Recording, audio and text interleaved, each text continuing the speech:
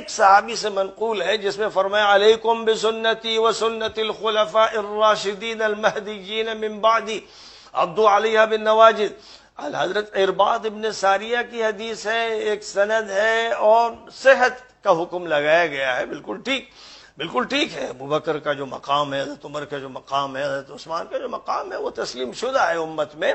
لیکن جو حدیث پکی سچی 25 صحابہ سے منقول ہے اور متواتر اس کو قرار دیا گیا، پوچھئے اپنے خطیبوں سے، اپنے مولویوں سے، اپنے ملاؤں سے، اپنے واعظوں سے کہ اسے بیان کیوں نہیں کرتے ہیں، جس میں حضور نے فرمایا ترکت فیکم ثقلین لن تضلوا ما تمسکتم بہما کتاب اللہ وعطرتی اہل بیتی.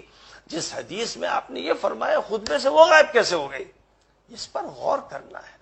میں یہی کہتا ہوں کہ حقائق پر غور کیجئے، اور اہل سنت کا یہ نظریہ فلاں، ان باتوں کو چھوڑ دیجئے. یہ دور ختم ہو چکا ہے، اب یہ باتیں نہیں چلیں گی. اب کتاب و سنت سے ہی دلیل کا مطالبہ کیا جائے گا.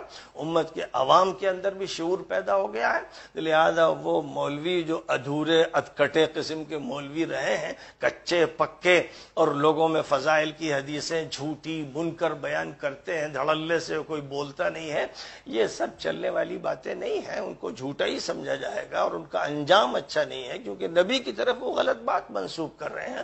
اور جو بات نبی بڑے اہتمام سے 40,000 صحابہ کے بیچ میں 18 ذی الحجہ سن 10 نبوی میں حج سے واپسی میں غدیر خم کے مقام پر ارشاد فرما رہے ہیں اور بڑی تاکید کر رہے ہیں، جہاں بڑی تاکید کے ساتھ اتنے بڑے مجمع میں ایک وصیت کے طور پر حضور حدیث بیان کر رہے ہیں کتاب اللہ وعطرتی اہل بیتی.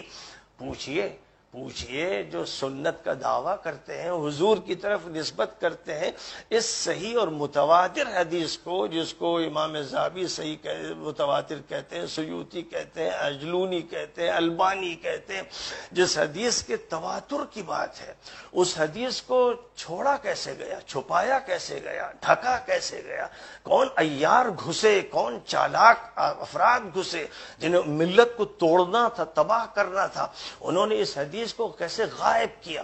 اس لیے جو اہل حق ہیں، سن لو اے میرے طالب علموں، تم چاہے اب ناظر عام بن گئے ہو یا محتمم یا ناظم، میرے طالب علم رہو گے. حدیث جو ہے دارالعلوم ندوۃ العلماء میں علوم حدیث و علوم تفسیر، اللہ کا فضل ہے کہ میں نے اس کے سلسلے میں جو بھی کوششیں کی ہیں وہ معلوم ہے، طلبہ کو معلوم ہے.